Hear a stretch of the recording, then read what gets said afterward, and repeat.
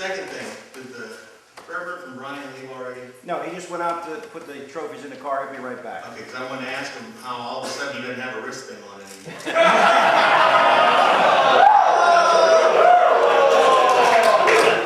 Just asking. I went back and looked through all the old banquet programs that we had, and they came back in 1958. Starting in 1964, they started listing all the entertainment and all the people who spoke, except for 1 year where it wasn't listed for some reason. In all the years that I went through, no one from Penn State has ever spoken at the Dark Hall banquet at the end of the year. Now, somebody's going to prove me wrong, because every time I stand up here and say something, somebody knows somebody else. So we've had 3 representatives from University of Pittsburgh, 64, 67, and 69, and then last year, our speaker last year. California University had a speaker in 78, Waynesburg had a speaker in 66, the phone company came and spoke in 1974. But, the Reverend's back. Does anybody want to ask him what happened to his wrist? What happened? We said you don't have a wrist guard this week. I can't eat with it on.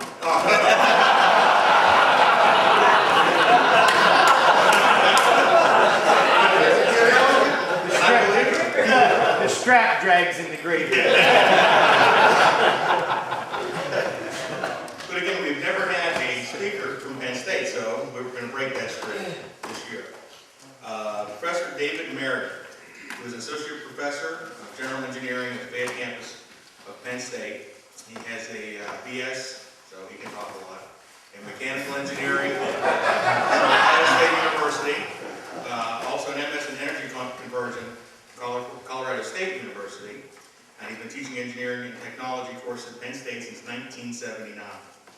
He's actively involved in the American Society for Heating, Refrigerating, and Air Conditioning Engineers, a technical society. He's currently the ABET Board of Directors Delegate and Consultant to Student Activities Committee.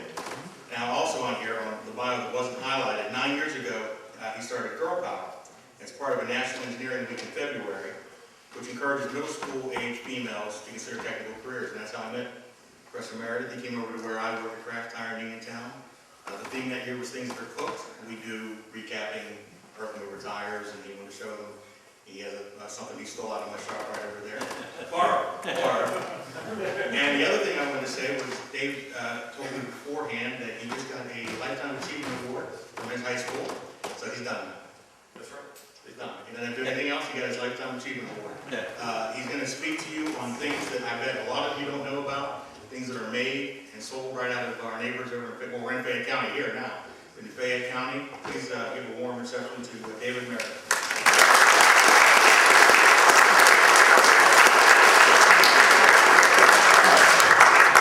Okay, I don't think I need a mic, do I?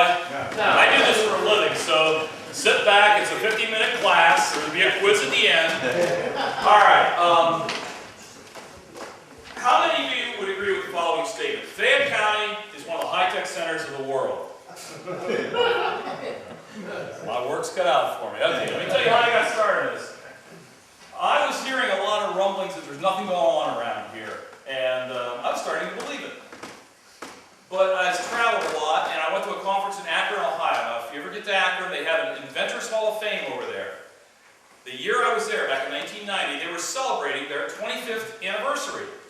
So they said, let's do a study, pick a committee, and do a study of the top 25 technical inventions of the past 25 years since our organization has been in existence. They put out a nice poster, and I still have mine. It's, well, 1990, 18 years old now, but I still have it. I don't travel with it very much because it's as tattered as I am. But when I looked at the top 10 technical achievements, I said, Fayette County is part of at least half of those. So I started doing these talks back in 1990. And I really got big on it a couple of years ago, so if you ever, Glenn knows how to get a hold of me, if anybody needs a Kiwanis, a Rotary, a Knights of Columbus, schools, I do whatever. If there's food involved, I'll be there, all right? Anyway, one of the things that was on their top 10 list was genetic change. You know, genetics, now I'm not a biologist by any stretch, I'm a mechanical engineer, but the genetics is really pretty cool stuff. They can change, they can shape the growth patterns, the characteristics of turkeys and chickens and beef cattle and sheep and everything else. But do you know we're doing genetics here in Fayette County? When I was a kid, there was one color for geraniums. Every geranium was red, and that was it. This is my fake geranium. I used to travel with real geraniums, and then they don't last very long. But anyway, it's actually a carnation, but red geraniums. But a guy here in Fayette County took that red geranium up to the nuke reactor at Penn State, dipped it in the reactor, and when you put radiation with chromosomes, they change. And when he pulled it out, they were no longer red. The next batch was purple, they were pink, they were even white, they were variegated, they were big, they were little hanging baskets. When he found a color he liked, he'd take a stem 1 inch long and turn that into 1,000,000 flowers. Name of the company? Ogilvy's of Connellsville, the world's leading exporter out of Pittsburgh Airport. Geraniums around the world. When we were in Switzerland last year, I took a picture of the flower boxes, not because they were pretty, because they were from Connellsville. And I think that's pretty cool. Okay? Now, how many didn't know that? Oh my Lord, where do you guys live again? Ogilvy's. And now they're starting into impatiens, soon to own the impatiens market. Not only, has anybody been through the Ogilvy's greenhouse? Pretty amazing. It's the only greenhouse that you have to clean up to go into. It's cleaner than the environment around it.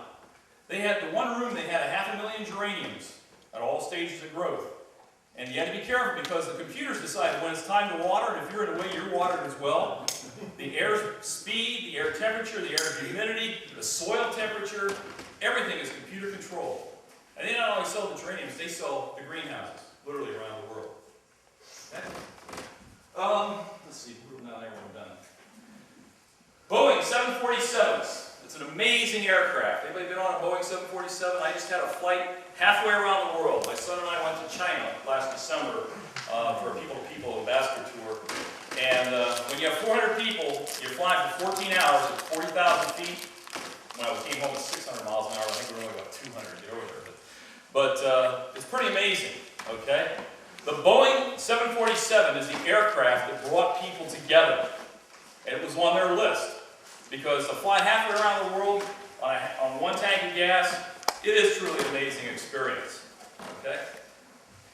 Now, a Boeing 747 is so big that you can't fly it. All a pilot can do is say, I want to go up, and they pull back on the joystick, and that tells the computer, oh, make the hydraulics go up.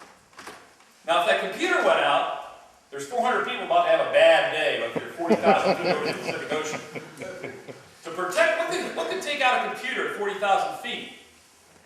Lightning. Lightning. And to protect that computer from a lightning strike, they use nickel. Now, there's only 3 magnetic metals. There's cobalt, iron, and nickel. The nickel is this piece of nickel. We bring nickel to Fayette County from South Africa, Australia, and Canada just in sheets, roll sheets. We process it into shapes and sell it to Spain or China or wherever they want to go. Every Boeing 747 flying today, the computers on board are protected with magnetic shielding made in Oliver, PA by Jerome Manufacturing.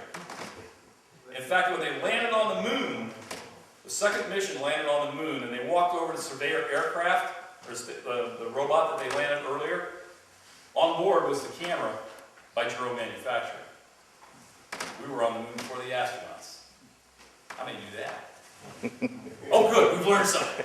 Alright, so a Boeing 747 without Fayette County, we'd be toast. In fact, when we buy nickel, when Jerome Manufacturing they're the leading importer of nickel in the United States. When they buy it, the price of nickel jumps. And I don't know how much higher it can jump because they're just stealing copper and everything else out of houses. You go to the grocery store, you don't need any plumbing anymore. Sure. One of the things that they have on their list was, it's called composite materials. If you take materials, different materials, and you put them together so you get the best of both worlds. Probably the best example is concrete, steel reinforced concrete, where you put the steel in compression with the steel rod, you put the concrete in compression, you can take tremendous loads. We build airplane wings out of it, all kinds of neat stuff. This is aluminum. All the electric wire coming out of the utility to your power pole is aluminum wire. It's a good conductor of electricity. It's relatively cheap, and that's why we use aluminum. In the house, we use copper.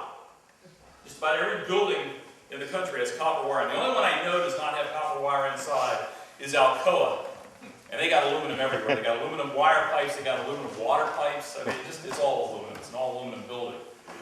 The problem is in the interface between the copper and the aluminum, they expand at different rates.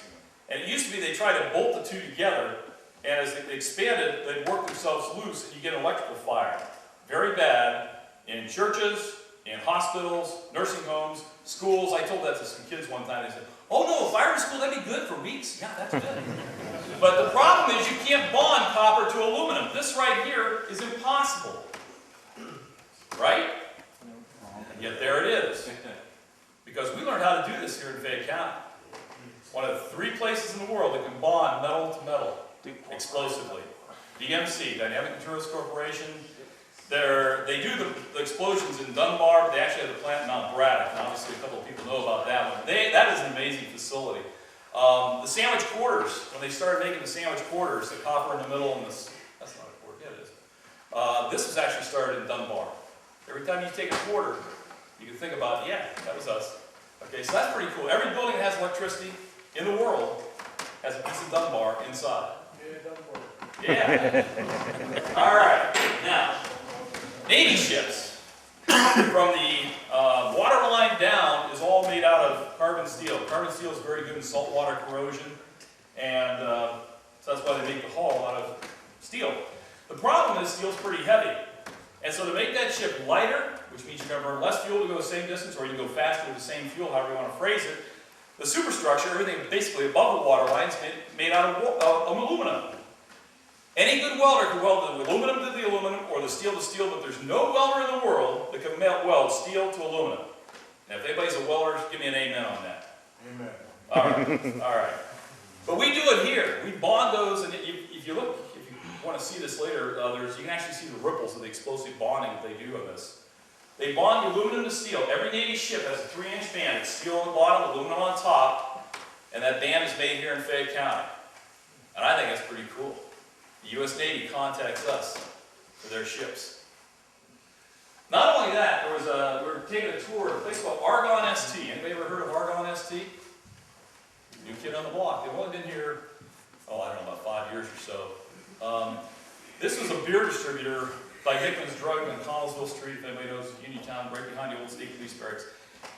Anyway, I took some students, this girl power group, we took them in there, and I didn't even know this. I mean, I drive by it every day on my way to work there, but in the back of that place, they dug a 40-foot diameter, this is probably about a 40-foot dimension, a 40-foot diameter circle, and they went all the way down 40 foot.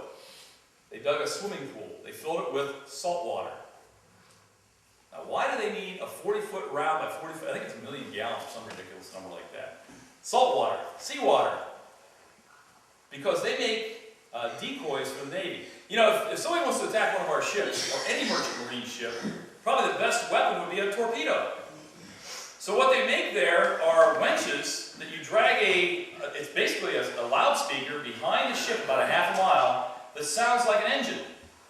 So when somebody would launch a torpedo, it would hear this decoy, and instead of going to the ship, it goes to the decoy.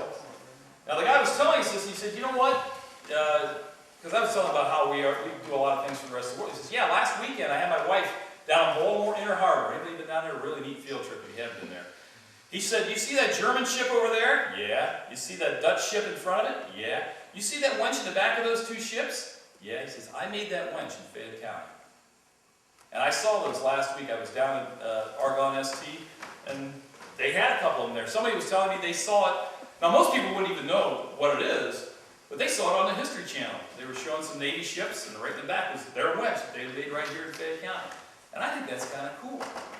Now, there's other ways that you can avoid getting nailed by a torpedo. One of the ways is you build an anti-torpedo torpedo. And if you want to build an anti-torpedo torpedo, you'd probably pick the most highly technical space you could find, right? Like Penn State Fayette campus, because that's what we're doing on the campus. We have a little room that I've never been in, because I don't have a code, and I don't have a clearance. It's a high security, military, I mean, they bring armed guards in when they show this thing off. And I'm nowhere around. Hillary showed up, I left. I didn't want to be around all that security. But we have a room, and there's one computer terminal in there.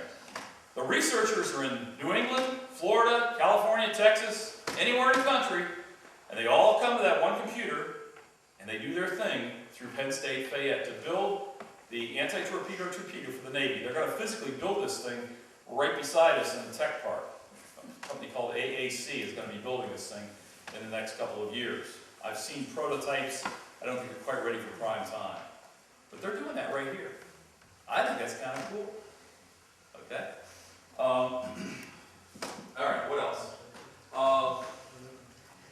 Let's go low tech for fun. This is a General Electric light bulb.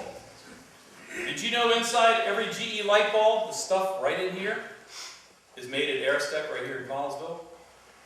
Every General Electric light bulb has Connellsville inside. We didn't know that? Anybody know that? I got evidence up here. It's an article I read. Somebody actually sent me that one. Let's stay in Connellsville for a little bit more. Glass. Not high tech. That's not anchor hockey either. One of our staffers was on a vacation. Once in a while, the staffers get vacation. Faculty, we don't get vacation. We just have to leave. But she was over in Ireland, and being a good tourist, she was looking at the candle making shop. And this guy was doing stained glass right next to it. He had a little welding torch there. He's mulling the lead between the pieces of stained glass. And she said, well, where do you get your stained glass from? He says, oh, a little place in Pennsylvania. She says, really? I'm from Pennsylvania. Can you tell me where? He said, oh, a little place called Connellsville. She said, you mean Yakagani Glass? And he about dropped the torch. We are the world's leading producer of Tiffany glass. Okay? Now, the day we were there touring this with that same Girl Power group, they were blowing out sheets of glass. They make it about 4 foot long, and they're just blasting them out. And he was trying to get one piece about that color. He held it up. He had an original Tiffany lampshade. Now, these things are 100 years old. I asked him, how much is that lampshade worth? He says, when we find that one piece of glass, that thing's worth $40,000. And you guys gave that away, didn't you? Anybody have a Tiffany lampshade? I don't. I don't pay $40,000 for a Tiffany lampshade. But the other thing that they've got at Yakagani Glass is called stipple glass. And they're the only people in the world that know how to make that. So if you want some stipple glass. And when we toured there, we just walked through their warehouse. Over here were the raw ingredients, the different pigments they use and everything. And it was a world tour, just like these flags over here. There was Malaysia, and there's Philippines, and all kinds. And then I looked at the manifest of where this glass is being shipped to. It's literally going all over the world. And it's right here in Connellsville. You know, I mean, I don't know what the zip code is for Dubai, but they do. So, I will stay in Connellsville. Anybody from Connellsville? Oh, you guys knew all this stuff then, right? Did you know Connellsville Corporation designed the world's tallest elevator? Twice as tall as the Sears Tower, and went down instead of up. The same company invented the world's largest elevator. They could put 400 men on a double-decker elevator and send them down into a mine. It was I think it was a nitrate mine in Chile. 400 people at a time, up and down. That's called a big elevator. I mean, you think about it, we had 100 in here. Now, if we all stood up and jammed, you're probably about this size. Imagine a 2-story elevator this size going up and down. That's kind of neat. Anyway, high-tech stuff, from the big stuff to the little stuff. Everybody recognize this? That's an inkjet printer, right? Can you tie that back to Fayette County? Especially you guys from Connellsville, because you're where it's at. ICMI, the world's leading producer of the replacement ink for your inkjet cartridges. The only trouble is you got to buy a 55-gallon drum of the ink. It probably lasts a lifetime. But they actually make the ink right here. I have no idea how they process it, but those droplets are smaller than the human eye can see. They're on the order of 5 to 10 microns. And that's what sprays out of this thing, and you know, as it goes zit, zit, zit, it sprays your letters back and forth. And we make the ink for inside of those things. And since we mentioned earlier, there's Kraft Tire. This is actually the just the tread, what they cut out for the tread. The tires are this high, roughly, at the hub, the center, and they're twice that. I don't know, where do you ship those things? Everywhere. Are there any of them in Fayette County in use? Oh yeah, anywhere where you see road construction, you're going to see a tire, you know. Okay. that we fixed or retreaded? Big time. I've had, last year we did a program for high school, no, those are middle school kids. We took them into Cool Spring Stone Quarry. Did you know you can go under Jamonville? The bus just drove in a mountain a half-mile deep. It's taller than this inside, and the bus never had to back up. And that was kind of cool for the kids. They pull 2 million tons of stone out of that mountain every year. And that's just one, there's another one I was looking up here. I've never been to that one. All right, another high-tech thing. Yeah, we'll start with this. Fiber optics. This is the way phones ran for close to 100 years. Since Alexander Graham Bell invented the phone, you had electric wires, copper wires that pulled it. This has 600 pairs of wires. This would do 600 different telephone circuits. When I was a kid, the whole valley had one circuit. You want to hear what the neighbors were doing? You just take out the mouthpiece and put it up to your ear. You can listen in on anything. Well, I never did that, I understand. How many rest of you never did that when you were kids? Yeah, Betty Sue. Anyway, 600 pairs of phone lines. This is how it was done up until about a decade ago, okay? This is how it's done today. This is fiber optics. Now, I don't even know if you can see this. Let's see if we can find something white here. There are fibers thinner than human hair. I don't know if you can see that one. Just pretend like you can, okay? All right. That one fiber will replace 5 of these. Okay? There are 10 fibers in a bundle. There are 10 bundles in this cable. So 5 times 10 is 50, times 5 is 250 of these in one of these. Okay? This is the technology that brings you the internet. I remember when the internet first came out, you'd say, give me a picture of the weather, and you'd go eat lunch, because it's about 30 minutes to suck that picture in. Okay, if it didn't glitch on the way in. And now we watch streaming video on a regular basis and think nothing of it. The neat thing about this, one of Fayette County's communities is wired to the internet on a cable modem. That means they're getting their TV and the internet, bless you, TV and the internet on one fiber to each house in that community. Periopolis. In 1990, you got to remember, the internet wasn't even invented until 1997 by Al Gore.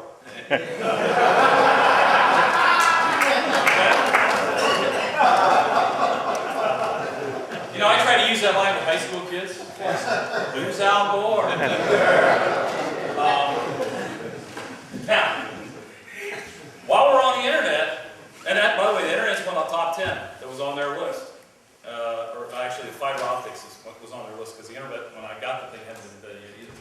But while we're on this, in 2001, Penn State, I've got the article in here somewhere, Penn State put out a big press release that we had joined Internet 2. We were the elite universities of Cornell, MIT, Stanford, Southern Cal, what else were there, California, I don't know. But we were the elite, because we were on Internet 2, and the same summer, Internet 3 went through Uniontown. It took from 2001 until this year to finish it. It started in DC, and they ripped up a channel, and they buried 4-inch pipes, about 3 of them. They put this stuff in there, and it came to Hopwood, and that's a big break area, in a nondescript building. They actually bring the signals in. They say that has to go up to a satellite, and halfway around the world. This is going to Florida, that's going on to California. They break that signal apart in Hopwood in a building that has no people and no name. And then they ship it all the way to California. And that's just coming online now. Internet 3, you'll be reading about it at the end of this year. If you want to be part of it, anywhere on Route 40, if you remember back when they ripped up Route 40 right through Uniontown, there's a pulse statement, or pulse building where they boost the signal. It's right between Uniontown and Brownsville on Route 40 on the right-hand side. It kind of sits off by itself. Building with no windows, nice parking lot. You can see there's money there, but nobody knows why it's there. It's the internet. Okay? How many armed guards do they have around that building? Absolutely none, but I'll tell you where there are armed guards, and I can't tell you why, because I don't know. But, when they had that mine blow up in West Virginia, because lightning struck 2 miles away, or whatever the argument was, they went to the top research lab in the world, Lakeland, PA. Up at Lakeland, it's a limestone quarry, but they've simulated a coal mine, but they don't have to worry about roof problems. It's limestone, it's solid. And they do mine explosions in this mine, okay?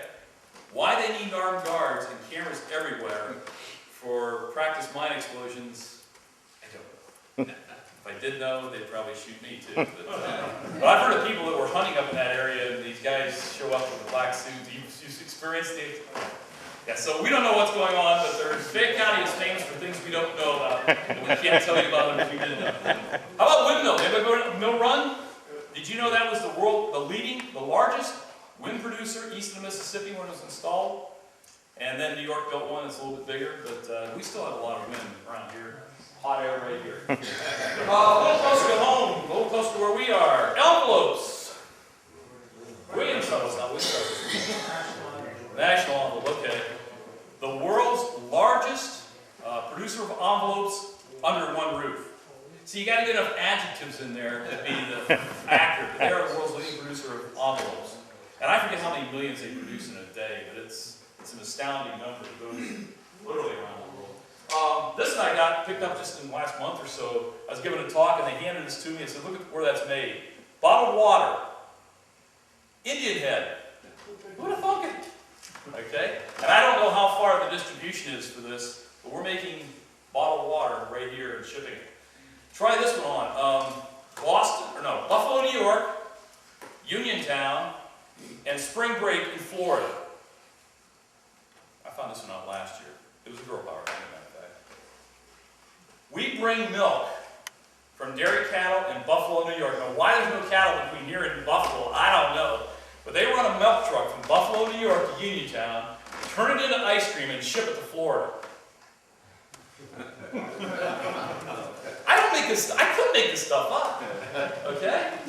And that's, it's not Hagen, it's Fight Dairy, but that's United this week, right? Yeah, keep up with them now.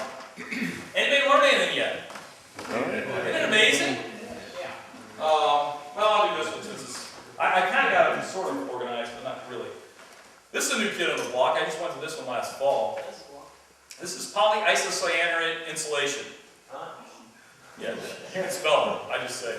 Polyisocyanurate, this is roof insulation. Okay, this is Hunter Panels down in Smithfield, by Fairchance. Huge building. They spray it on as a liquid, and it just foams up, and then it goes down this, it's a drying rack basically, and then they pull out 4x8 sheets out the other end. They can make enough insulation to cover a football field every couple of hours. And they run, I don't think they run 3 shifts yet, but they make, it's something like 30 million square foot of insulation a year. It's huge. And they don't ship it very far because it's darn light. The only bad part about polyisocyanurate, if it ever burns, the cyano part in it is cyanide. You get cyanide gas, so it's the last fire you're ever fighting.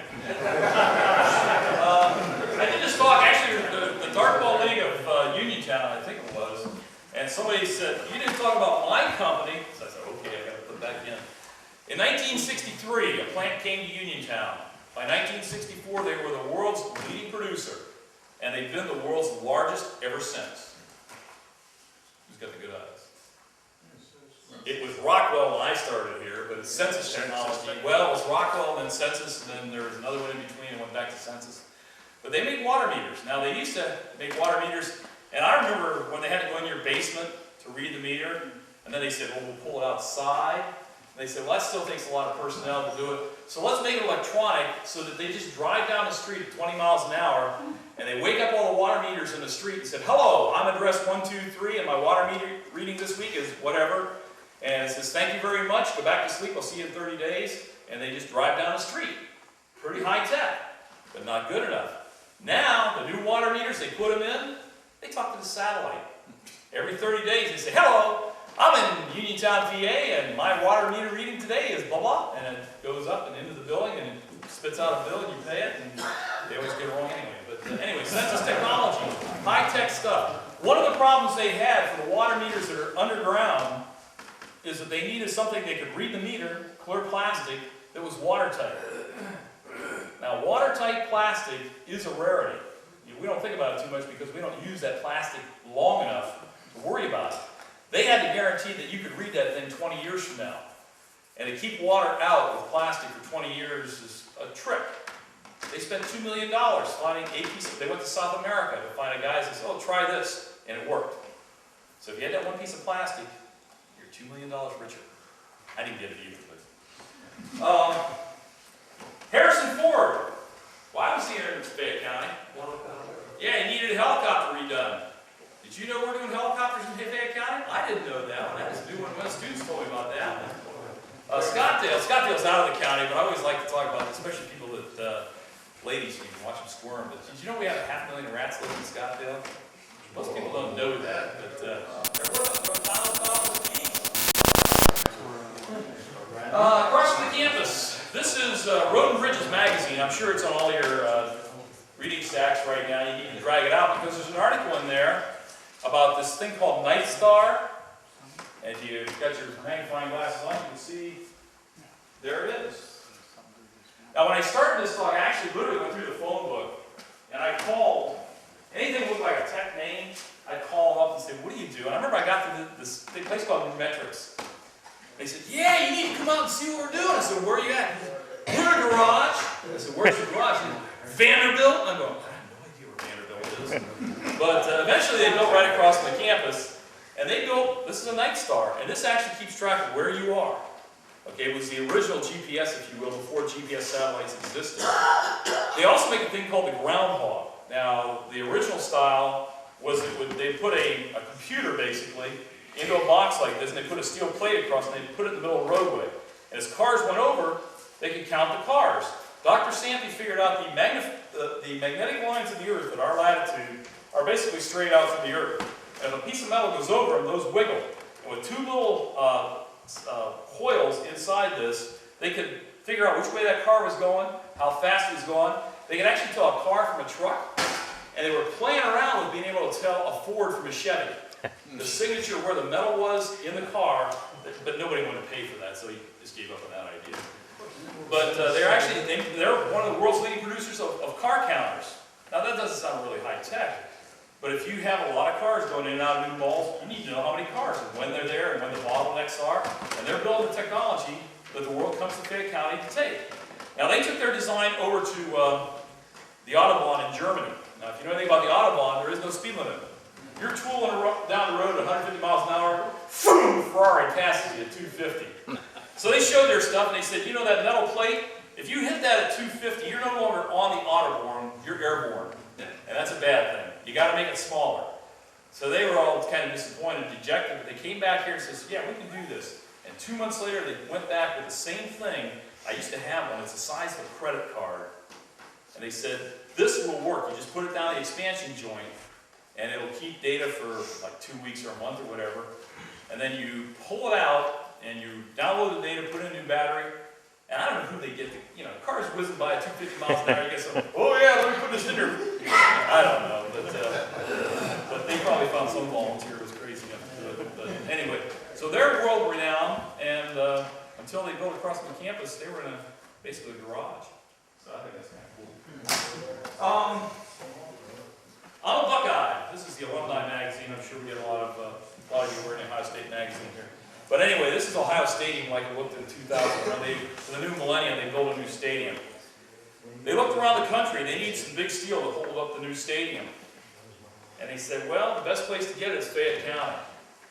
And then they decided to build a stadium up here in Pittsburgh called PNC Park. And they looked around the country for the best steel, and they came to Fayette County. When Heinz Field came up for bid, Fayette County. Beaver Stadium, Penn State, Fayette County. And then my favorite is when they, for the 100th anniversary of the Brooklyn Bridge, they decided to replace the steel. Now this is a bridge that was designed when it was horse and buggy, and now it's semis. They replaced the steel. They looked around the country and said the best steel in the country? Brownsville, PA. It's Hillman Barge, HBC, and now it's Brownsville Barge. Same company, it just keeps changing names. But they made the steel for all those places right here in Fayette County. And I think that's kind of cool. Okay? Because they can cut steel 4 inches thick easily with laser cutters. I don't carry this back, but I've got a piece back at the lab. It's actually cut with water. I mean, it's that thick, and they just spray water and it cuts perfect. I think it's kind of cool stuff. All right. Anybody watch ER? You ever see one of these? You know, you're looking at Fayette County, you can see this on TV. This is made by Berkeley Medical, Berkeley Surgical, right here in Uniontown. And they also make the surgical masks. This. Oops. If I get it on. All right, my ear your wife. Oh, wait. Okay. Surgical masks. Now, when we toured there, it was right after the SARS epidemic in China. And you always saw a video of people wearing these things on the buses and on the streets because the air in China is so polluted. Actually, flying back, the lady sitting beside me had one of these on because the lady beside her was hacking and coughing and had China disease or whatever. But we are the world's leading producer of surgical masks. Berkeley Surgical. In fact, we're the only producer in the United States. When we went through his warehouse, this side said Italy, back floor to ceiling. That side said Japan, floor to ceiling. It says their special order. That's the way they want them. That's the way they get them. Probably the Chinese are smaller or something, I don't know. But they're designed so that even though it looks like it's very thin, blood, the high pressure, they've got it so that if you have a blood pressure of 220 or 240, whatever the max a human could stand, if it comes out at full force, it will not go through that material. It's protecting the wearer from blood, which I think is kind of cool. Designed and built right here in Fayette County. You ever use these? Can you link these back to Fayette County? Did you know we make these here? Fayette County. I'm working on it. Smithfield. It's the new tech park down there, right behind Hunter Truck, whatever. We're the only place in the world that makes handy wipes. In fact, when we were touring that facility, he had one on the table that was packed like that. He said, "Don't open that. That's the only one in the world packed like that. And 2 months from now, that's the only way that Walmart will accept them from us. We have to figure out how to change our style to that." Okay? When we were in China, now I take my boy to China. And you'd think that, wow, there's a lot of new things here. He hit the McDonald's, the Starbucks, and the Walmart. But I said, "Mark, if you find any of these, bring me back a Chinese handy wipes, because I'm going to put that in the bag, because that'd be more fun than looking at someone's handy wipes. They could say, 'Dong Jing Dang.'" Anyway, speaking of Chinese, anybody read Chinese? Will you verify that looks like Chinese to you? It's not Greek, I'll tell you that. Right? That looks like Chinese. Does this one look like maybe Russian? Anybody read Russian? That look Russian to you? Yeah. Sort of. Anybody read the Monthly Journal of European Glass Industry? Okay. Why do I have it? Because an article in here is Lears by Bowman. Anybody ever heard of Bowman? Yeah. Anybody know what a glass Lear is? Lears are annealing furnaces for glass. When you make glass, when it comes out of the mold, the molecules aren't settled yet, and you've got to anneal it. You have to bring it up to temperature, hold it, and bring it down under a pattern in order to get that glass strength. Every light bulb in the world has to be annealed. Every window, your TV set, the windows in your car, the pickle jar in your refrigerator, okay? In fact, I just was reading when I was getting ready up here, if you ever drink a Corona beer, you can think of Uniontown, PA, because every Corona beer bottle goes through our stuff. 80% of all the glass in the world, 80%, it goes through E.W. Bowman of Uniontown, PA. And most people don't know that. Okay? I think it's kind of cool. One of our graduates went up for a job interview in Toledo, Ohio.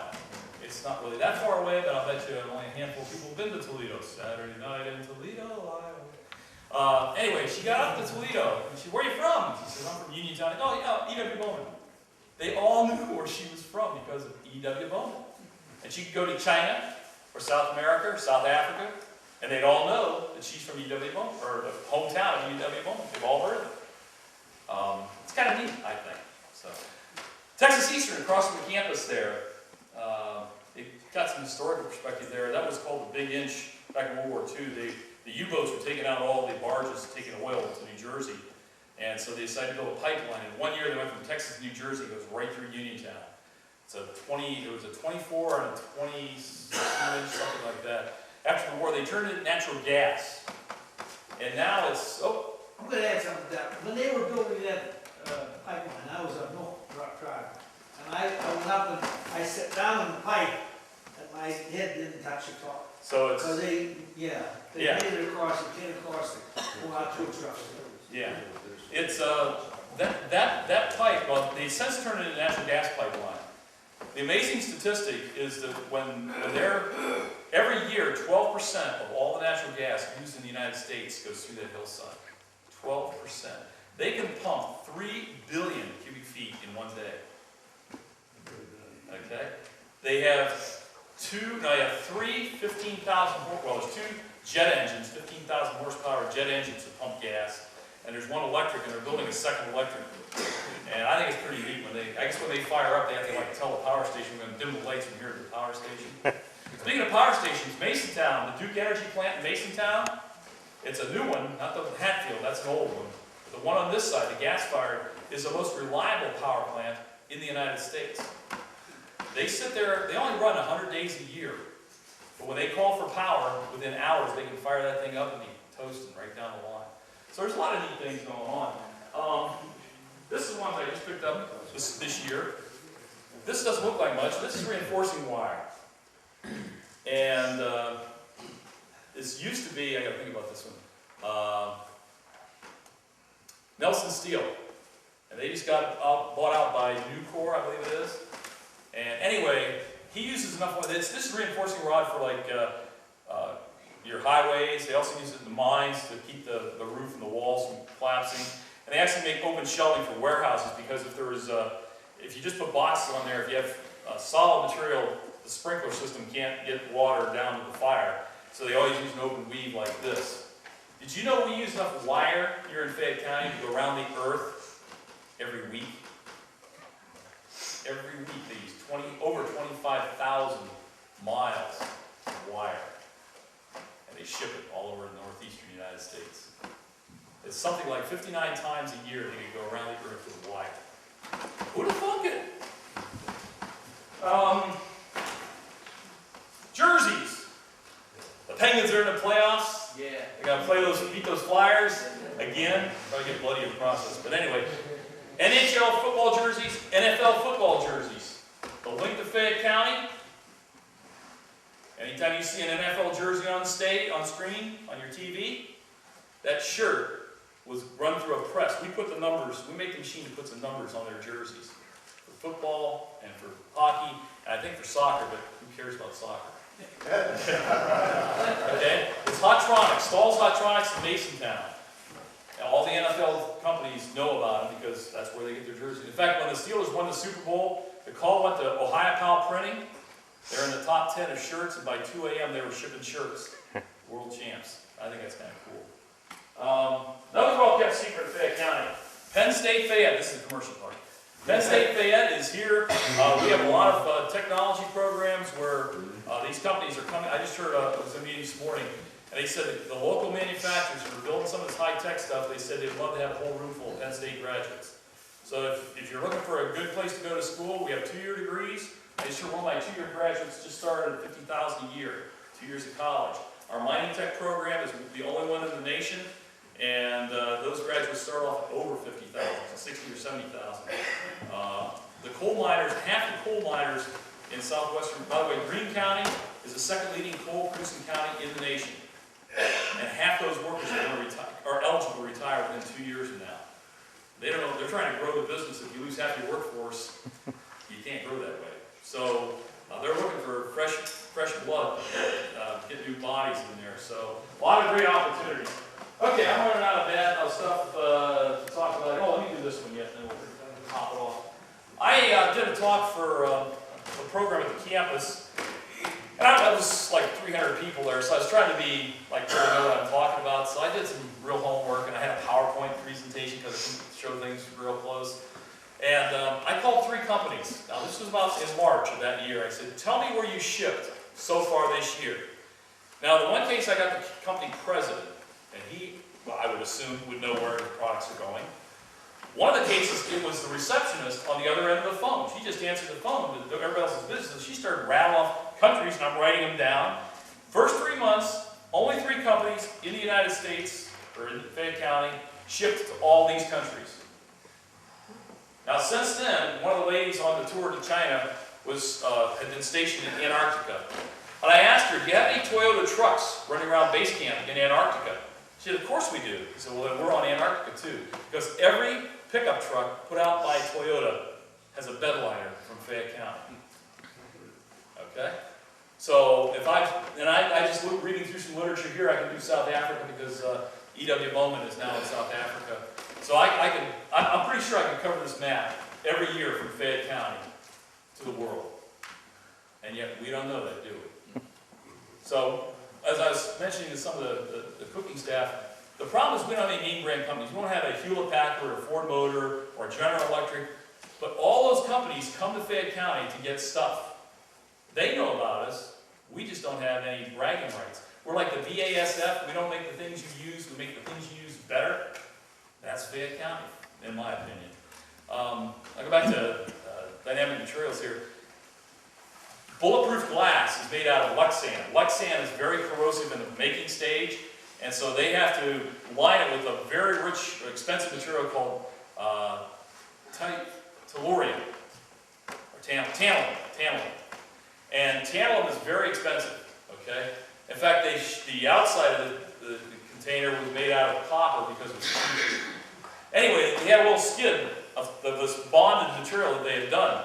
I said, how much money is sitting in front of me? It was like a 4-foot cube. He said, that's about $2 million. I said, can I have a sample? He said, no. Anyway, take a piece of 1-inch diameter steel pipe, ordinary steel pipe, about 20 foot long, from here to the wall. Put pencil lead, graphite, chop it up real fine, just pack that full of graphite, okay? Take a 20-inch or 20 foot long, 12-inch diameter corrugated steel drainage pipe, like you put under the roads for drainage, and put the steel pipe in the middle of the corrugated pipe, and then pack ANFO, explosive, around that.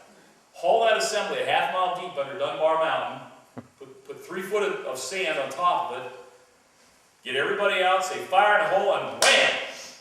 Dust comes flying out, and you're going to wait for the dust to settle overnight. Next morning you go in, you check the ceiling, make sure no rocks are coming down. And then you go looking for that culvert, and it's gone. It just totally disappeared. The 1-inch pipe, there's so much implosion that 1-inch pipe is only about half as big as it was before. And if you take carbon and you compress it very fast, what you get are diamonds. And there they are. This is a polycrystalline diamond made in one place in the world, Dunbar, PA.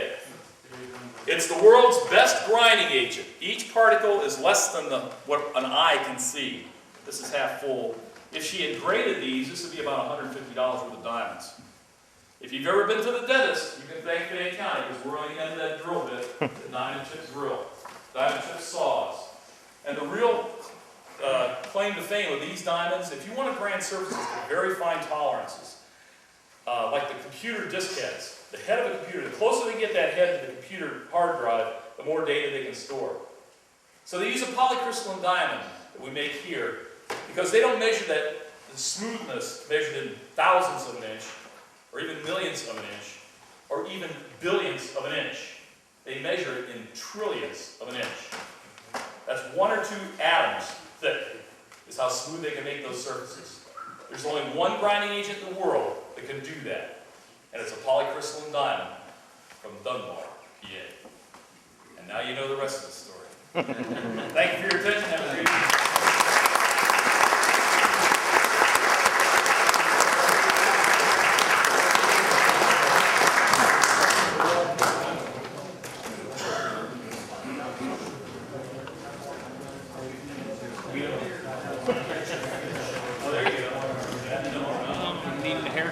We'll try to make this brief too. Once again, I'd like to thank Dave. Very interesting. I'd like to have a little business meeting before we have the drawings. I'd like to start with some old business. Anybody like to bring anything up? No? we have any new business anyone would like to bring up? This is easy, it's easy for me. All-star game. Anyone want to say anything? Express an opinion. I do. All right. May 18th, which is a Sunday, 1 o'clock, here at Everson is the All-Star game. Each team send 3 representatives. And we'll do it like we did last year, where one division will play another division. Winners will play winners, losers will play losers. It's from 1 to 6. And I think there'll be food for sale, like there was last year. He asked the people from Everson. Okay, so there'll be food here you can purchase, which will go to the church, or I don't know if the youth's doing it this year or not. But it's Sunday, May 18th from 1 to 6, 3 reps from each team. And it's been in the paper and it's been in the emails, and I want to say it one time, make sure everybody heard it. Okay? And also, the league meeting will be in August, we don't know what Monday yet, for the next season. That's pretty easy. Can I make a comment? Sure. I know this is going to be unpopular, but there's been some concern about the 20-foot line throwing. And I think we need some definition as to exactly who can throw from there and who can't.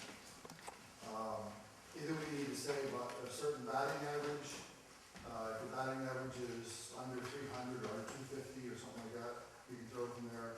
Or set an age limit, like in horseshoes. If you're 70 years of age, you can throw from the 35-foot line horseshoes and put an age limit. Probably if you don't, well, I don't know, maybe. But it was originally set so that people that couldn't hit the board from 25 feet. Yeah. This has been taken advantage of. If you look at the sheets, that's obvious. And, we have people from Everson as well that it helps, that they can throw from the who don't play otherwise. Right. And that's why it was We done. want to keep that, but I think we need some kind of a rule that says, if you're 70 years of age or a batting average or something like that. So I just refer that to the officers. Hopefully, Wait, yeah. Dad doesn't have to care. He won't be an officer much longer, so. I said Dad won't have to care. He won't be an officer much longer. I don't think it was ever meant for batting average, was it? People started to use that. That's why You have a batting average, That's so why we good, put when it goes up, you have to move back. We need players. Oh, you need players, I'm sorry. We're gonna have to draw five, because I know 3 of them right now.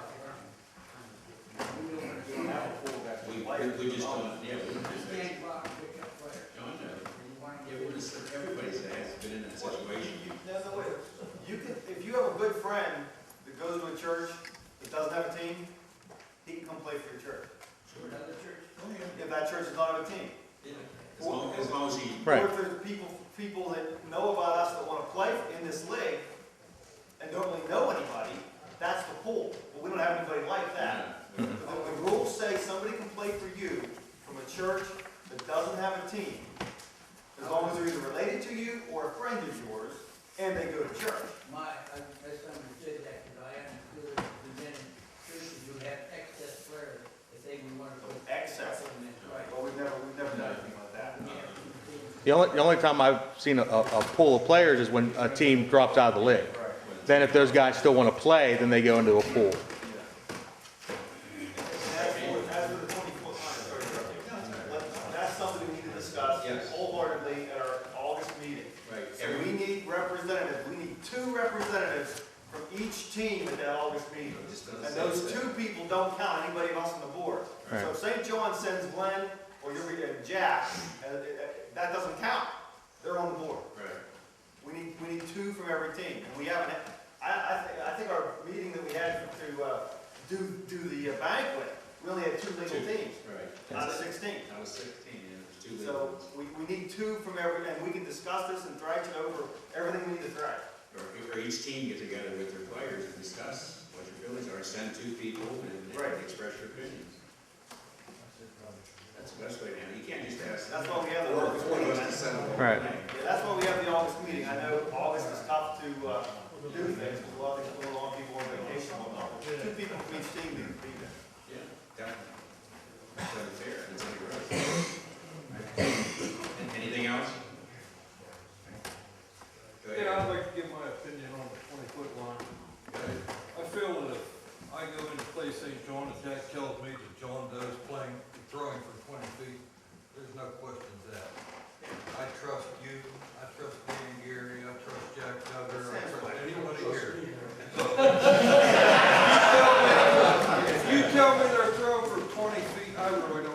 It's too bad the feeling's not mutual.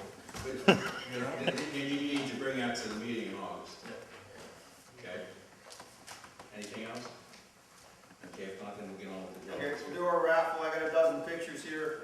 Everybody's name is in here. If we pull a name and they're not here, guess what? They don't win, and you can razz them for a year. Our autograph pictures, former Pirates, Kent DeCalby, Frank Thomas, Bob Friend, Bill Madlock, Jim Bibby, former Speaker Manny Sanguian. But you didn't know that, you want to use the same building, Manny Sanguian. I feel bad. Chuck Tanner, We understood Dave. yeah. I understood, Manny. I'm still working on that tape. Current Pirates, Jack Wilson, Jason Bay, Matt Capps, future Pirate Neil Walker, and Steeler, former Steeler Robin Cole. Now, when you pull your name, I used to do it, you could pick what you wanted. Well, this year I'm going to turn them upside down, and it's going to be potluck. So, stick a name in there, sir. All right. Read it all. Glasses. Give me the 20-foot line there, make those sit. Where were those glasses made?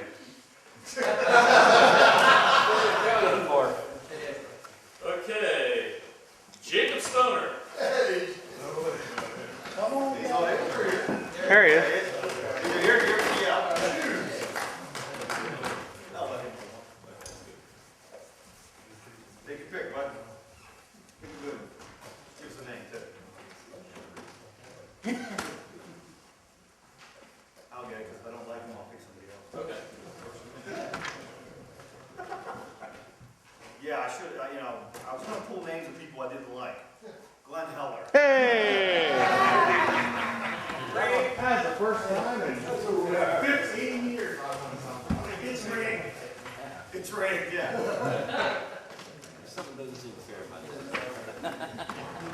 It must be rigged. It says Glenn Heller. No. From Owensdale, Harvey Ansel. You're welcome, Harvey. Who'd you get? Good question. I can't read it. This guy retired before I was born, Dan. Bob Friend. Oh, thank you. Who did Jake get? Oh, this guy. Who is? That's Neil Walker. From Baptist, Bill Smith.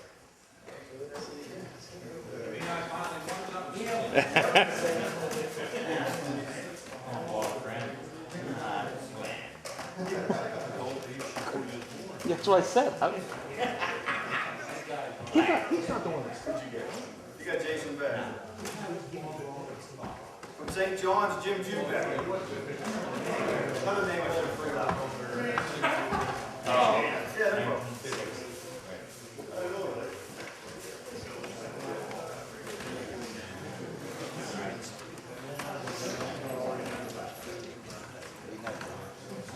I got Frank Tom. From Everson, Tom Badgett. Tell you what, we haven't missed anybody not here. Not bad.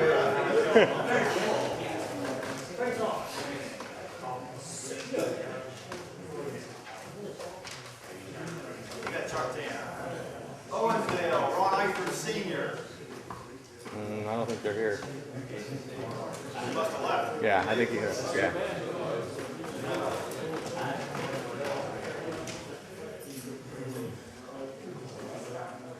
Okay. From Everson, Dennis Boer. He's not here. You jinxed it.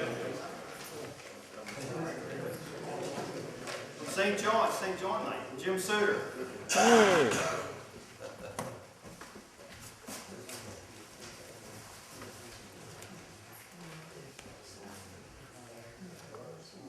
Yeah, well, that's what you get when you cut off program. What'd you get? You got Jim Bibby. And one of our under 100 bat guys, I just cut him off, Dave Smitley. There he is. 9 in a row.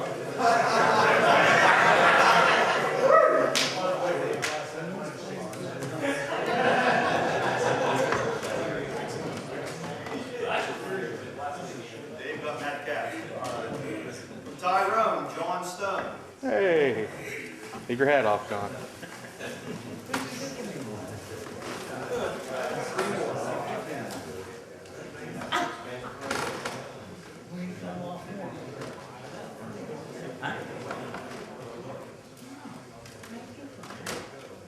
Kent DeGaul. TUMC, Zane Ermine. Yep. He might have recognized.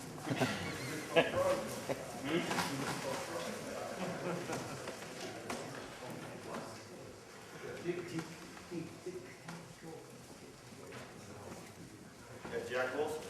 From Everson, Harry Hawk. He went home.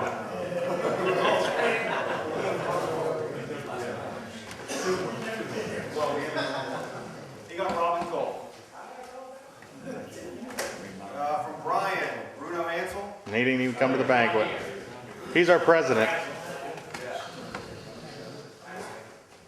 From Lutheran, Dawn Ulrich. Yeah, he probably is. That's it. No, absolutely. You get that. Right? We got Manny. All right. And if you don't believe your name was in here, you don't find it. I was in here. That's it.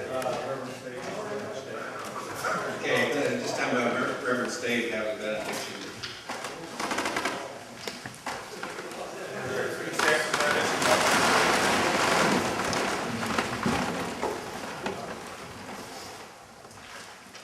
May the Lord bless you and keep you. May the Lord's face shine on you and be gracious to you. May the Lord look upon you with favor and give you peace. Amen.